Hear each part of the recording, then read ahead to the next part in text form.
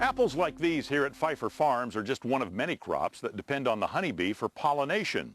Just how important are bees? Well, a study by Cornell University found the direct value of bee pollination to American agriculture is almost $15 billion a year. Our Pat McConaughey says getting bees to the right place at the right time is absolutely critical, but getting more difficult because of new threats to the bee population. It's the largest migration of workers in the country, and it happens every February. About 8 billion honeybees arrive in California's Central Valley to do a job that's critical to the state's agriculture: pollinate the almond trees. All 700,000 acres of them. Each acre needs an average of 2 hives. That's about 16,000 bees for pollination.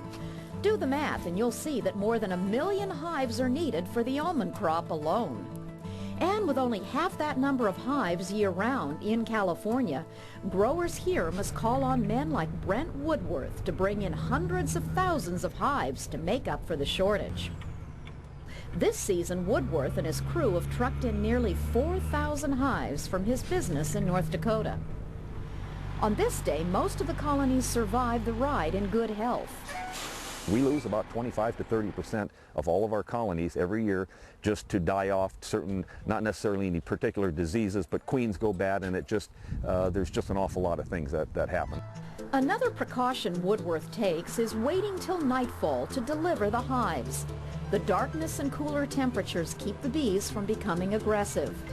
Crews use a special forklift to remove the pallets of hives from a flatbed truck. Once the hives are in place, Woodworth's work is done. The bee's job is just beginning. Woodworth says that in the honeybee, nature has created the almost perfect pollinator. One busy bee will make more than a dozen trips from the hive.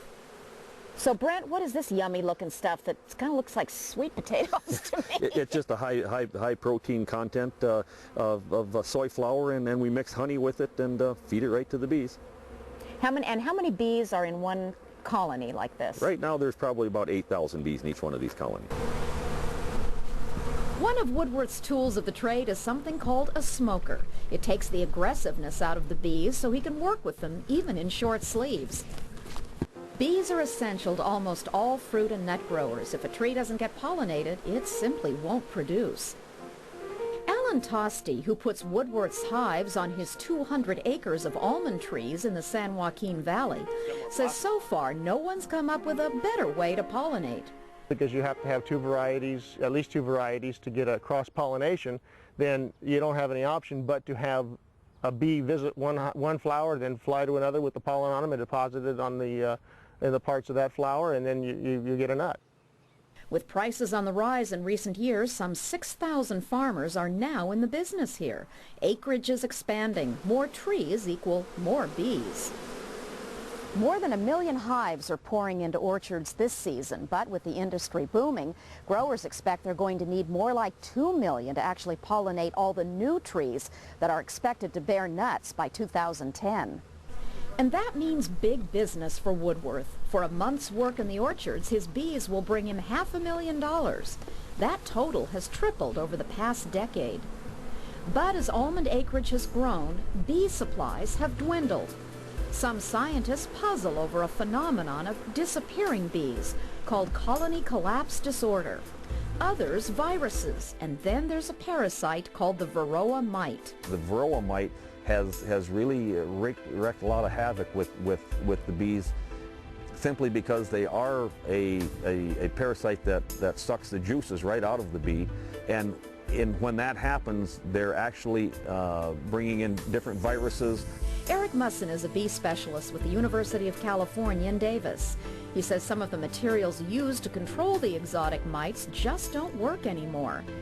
We know if things work the way we want, I think the solution we're looking for is to breed selective stocks of honeybees that can tolerate having the mite around, or even resist the mite in such a manner that perhaps it can't reproduce as well. Until scientists like Musson find answers to the bee problems, beekeepers like Woodworth are doing their best to keep their bee population stable and growing. It's a job that takes about 3 weeks while the blossoms are in full bloom. Then these migrant workers will migrate yet again to another state and new fields to work their magic on another crop.